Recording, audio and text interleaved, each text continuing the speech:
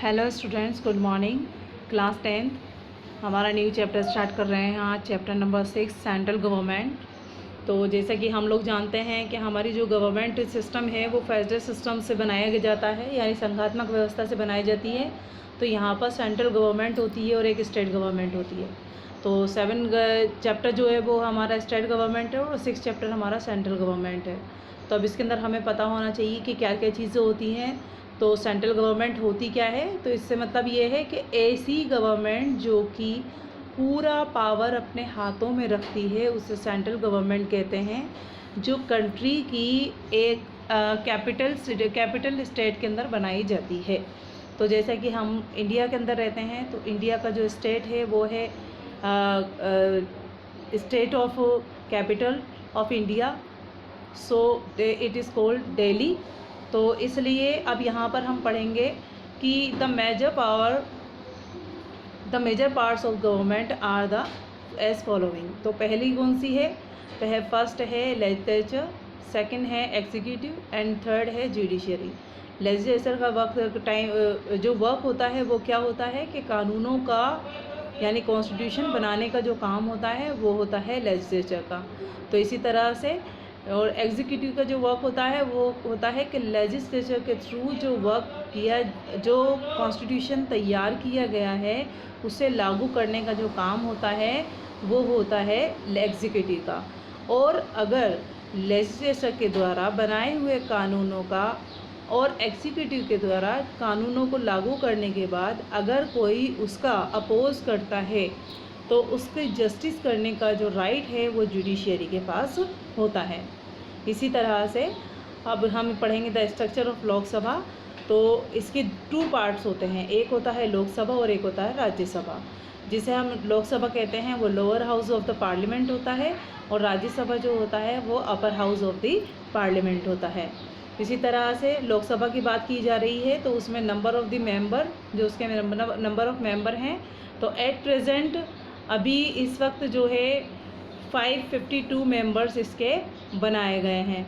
तो इसके अंदर क्या है, इलेक्शंस जो होता है वो डायरेक्टली तरीके से होता है। इसके मेंबर्स जो हैं वो ज़्यादा से ज़्यादा 552 हो सकते हैं। इलेक्शन जो है डायरेक्ट तरीके से किया जाता है, इसलिए जैसे कि डेमोक्रेटिक सिस्टम है तो उसके अंदर क्या होता है 18 ईयर्स के जितने भी लोग होते हैं वो उसमें पार्टिसिपेट करते हैं। Eligibility conditions of for member, तो इसके लिए एलिजिबल होने के लिए क्या क्या ज़रूरी होता है?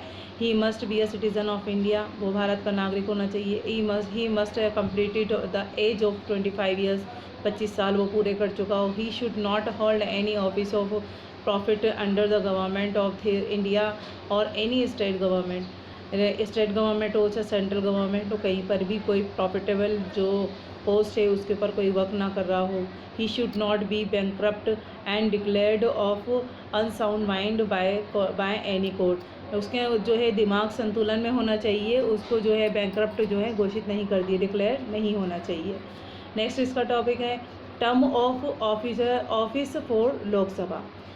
तो इसका जो टेनर है वो 5 ईयर्स का होता है और ऑन द एडवाइस, किसकी एडवाइस से? प्राइम मिनिस्टर की एडवाइस से प्रेसिडेंट के थ्रू इसको डिसॉल्व भी किया जा सकता है। डिसॉल्व करने के लिए इसको जो है सिर्फ प्राइम मिनिस्टर और प्रेसिडेंट दोनों ही आपस में मशवरा करके लोकसभा को डिसॉल्व कर सकते हैं। और अभी तक जो है 9 टाइम्स लोकसभा डिसॉल्व हो चुकी है। The session of Lok Sabha and Rajya Sabha converted in the prerogative by the President. However, the rule in this regard in the year should be no gap of more than 6 months between 2 session.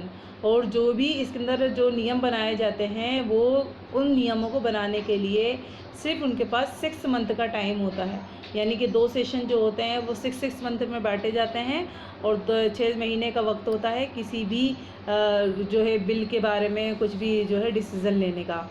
Next इसका है office barriers of Lok Sabha. According to the Article 93 of Constitution, Lok Sabha will elect a speaker and a deputy speaker.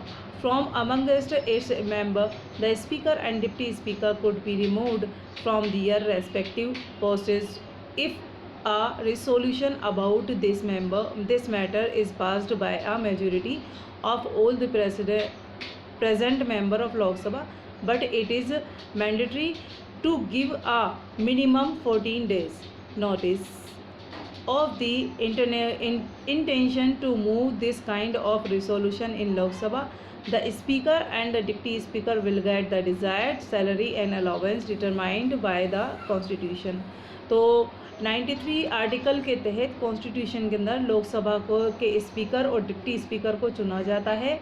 Lok Sabha का speaker जो है, deputy speaker जो है, वो remove कर सकते हैं जितनी भी पोस्ट्स जो होती हैं उनको, और किसी पर भी किसी को बिठाने का जो अधिकार होता है वो इन दोनों के पास मेजॉरिटी के साथ किया होता है।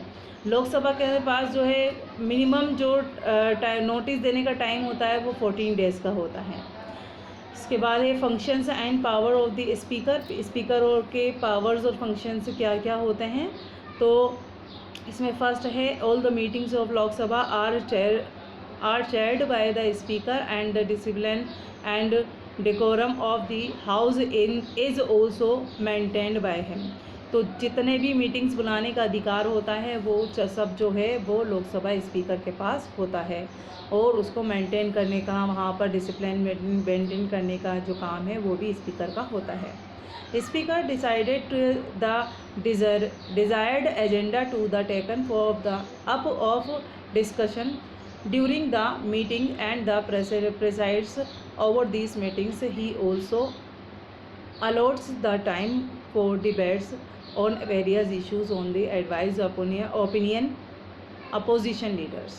तो स्पीकर का, अब स्पीकर ही डिसाइड करता है कि किस तरह से एजेंडा तैयार किया जाएगा और कौन सी पार्टी का मेंबर, चाहे वो अपोजिट पार्टी का हो या जो जिसकी गवर्नमेंट है वो पार्टी हो, उन दोनों के लीडर्स को बोलने का जो राइट है वो स्पीकर को देना होता है। यानी उसके पास अधिकार है कि वो किसी को भी कभी भी बैठा सकता है, स्पीकर जो होता है वो बैठा सकते हैं।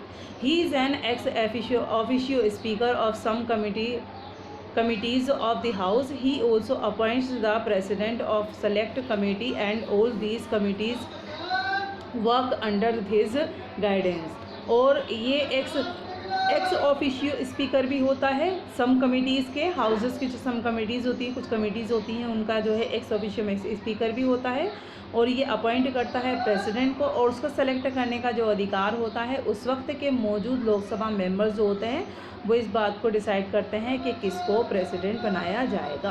नेक्स्ट इसका है only speaker can decided weather a bill is a money bill और नॉट। तो सिर्फ स्पीकर को अधिकार होता है ये डिसाइड करने का कि बिल जो नॉर्मल बिल होते हैं वो या मनी बिल हो, कोई से भी बिल हो, उसको पारित करने का अधिकार भी उसी के पास होता है। All the corresponds between parliament and the president is done by the speaker. और जितने भी जो पार्लियामेंट और प्रेसिडेंट हैं उन दोनों के बीच में जो भी वर्क होता है वो एक तरीके के का मतलब कह सकते हैं कि पार्लियामेंट और प्रेसिडेंट के बीच की कड़ी का जो काम करता है वो स्पीकर करता है।